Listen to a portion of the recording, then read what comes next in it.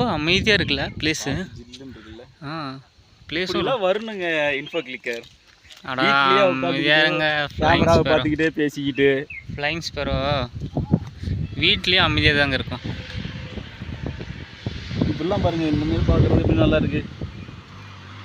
மேலே க்ளவுடு பாருங்க எப்படி. இவர் தாங்க ஃப்ளைங் ஸ்பேர். அவரோட இது எடுத்துட்டு இங்கே இப்போ காமிங்க. ஹாய் காமிங்க. ஹாய். இவர் தாங்க பிரவீன். அவர் மன உளைச்சல் இருக்கார். அப்படியே ஜூம் பண்ணுவேன்.